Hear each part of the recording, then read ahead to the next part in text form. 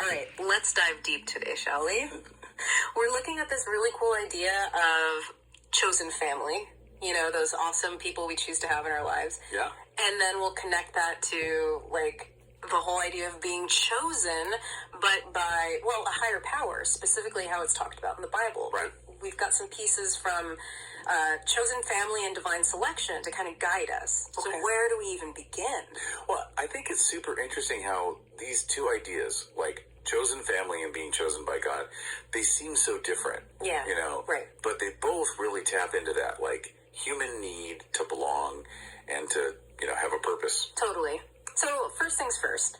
What exactly are we talking about when we say chosen family? Okay. I mean, I think about, for me, it's like those friends who you're like closer to than some family, you know? Yeah. Those relationships that just click. Yeah, absolutely.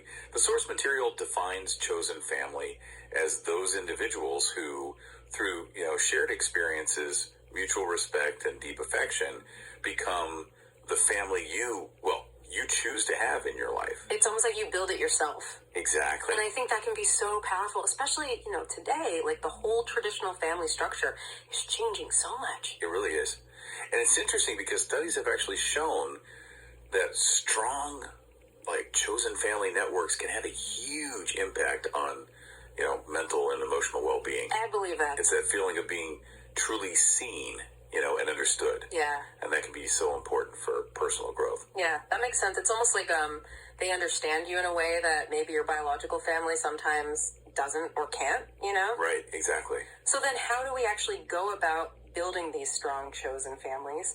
Because the source material, it actually gives us like some real tips on this. Yeah. Which I thought was pretty cool. Yeah. And I think it's important to remember that building a chosen family isn't just about, finding people you like or people you get along with.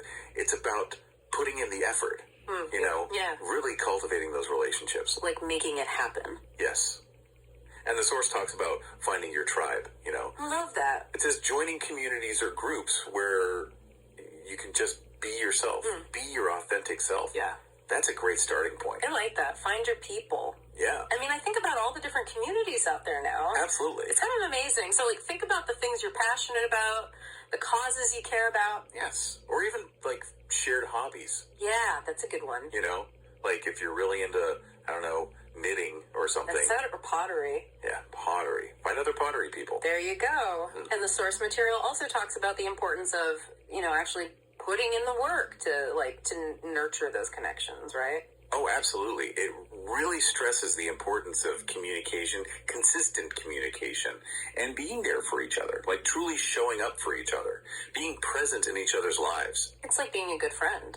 It is. It's about building that trust and creating a space where, you can be vulnerable with each other and support each other. And sometimes that also means letting go of relationships that aren't serving you, which can be hard. Oh, yeah. But, it's necessary sometimes. The source says setting healthy boundaries is so important for protecting your emotional well-being. Yes, and it really resonates with me because there is power in realizing, even if it's a long-standing relationship, if it's become more draining than nurturing, you know what I mean? Yeah. It takes courage to step away from that and to really prioritize your own growth. So it sounds like building a chosen family is a pretty active process. It's about being intentional and putting in the effort. It And is. choosing to invest in the people who really matter. It is. And it's about creating something meaningful. A real network of support and love that goes beyond just the traditional family structures. Now, I'm curious to hear what you think, listener.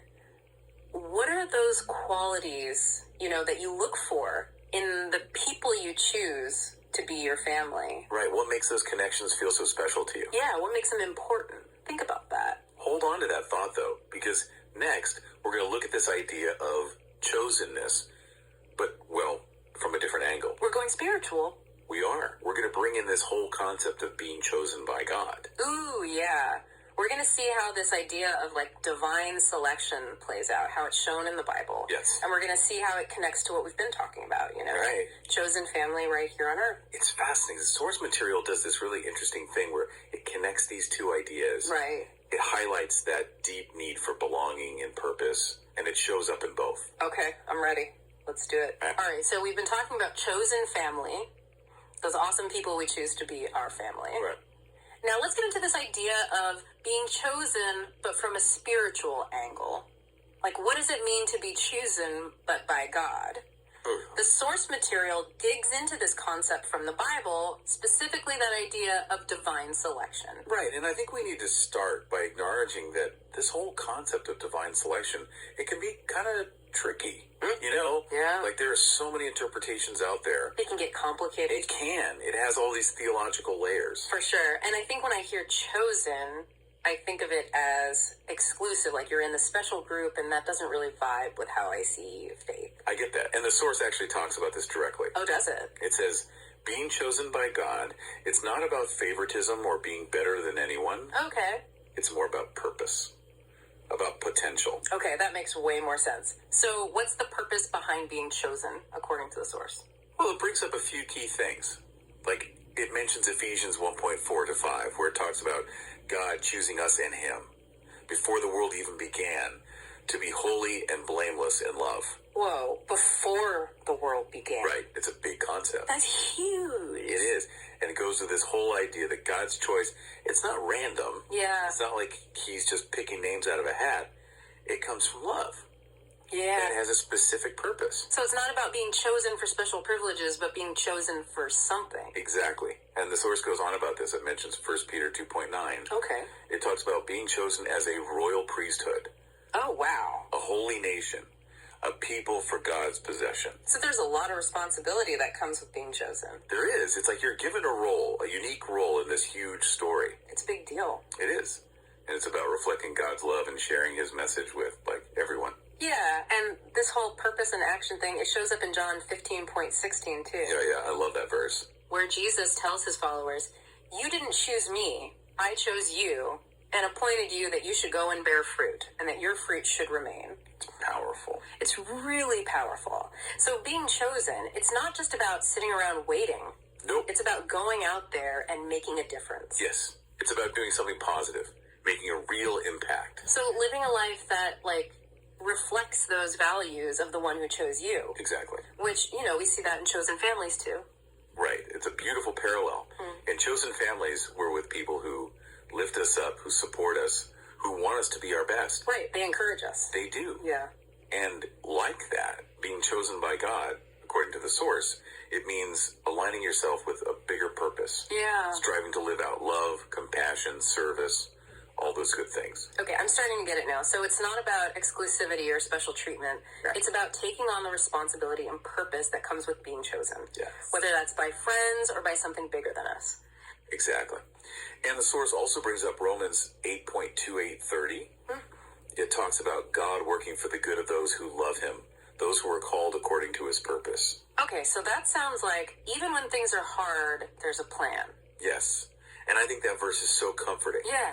It reminds us that even when we don't understand what's happening, there's this bigger picture, Okay. a plan that's ultimately good. So even when we're confused, we can trust that being chosen means we're part of something bigger. Exactly. It's about that trust.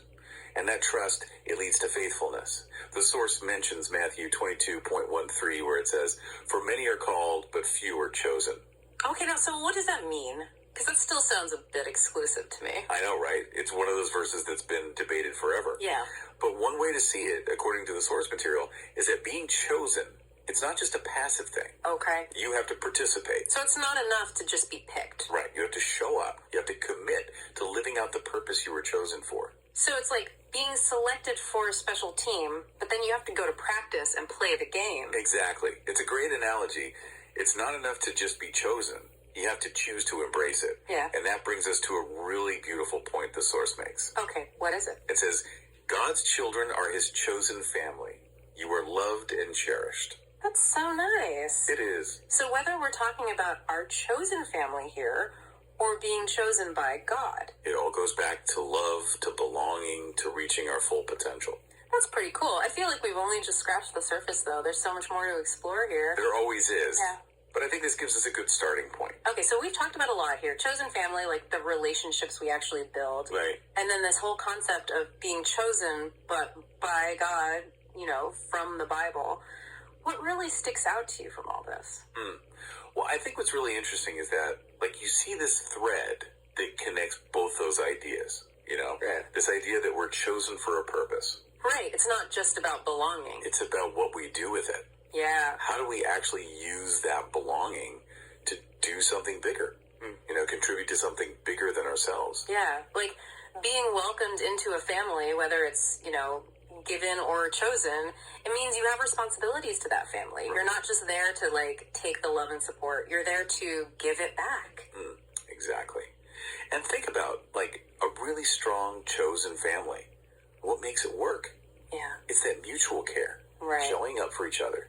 Celebrating the good times and being there for the tough times. Yeah. It's a little work, but it's good work. It is. Yeah. And then you think about being part of God's chosen family, as the source puts it. Okay. It's not about just sitting back and being like, oh, I'm chosen.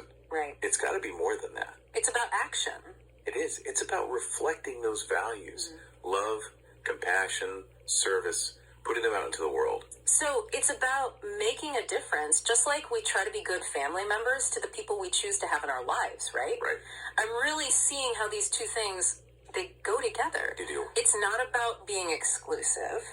It's not about special treatment. It's about purpose. Yeah, it's about stepping into that purpose that comes with being chosen. Exactly. And you know what?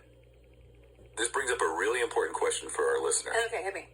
How can you actively cultivate both your chosen family, here on earth, and your connection to, a higher power? Whatever that looks like to you. It's a really good question, because it seems like what we're really talking about here is two parts of the same thing. Right. Building those connections and living a life with purpose. Yes. And remember, no matter where you find that belonging, in your friends, in your faith, you are cherished, are valued. You have something special to give to this world. That's a good reminder. And that about wraps up our deep dive into chosen family and divine selection. Hopefully this gave you some new stuff to think about, maybe even some inspiration. It's always great to dive into these topics with you and with our amazing listener. Until next time, keep diving deep, and remember, no matter what, you're never really alone. Thanks for being with us.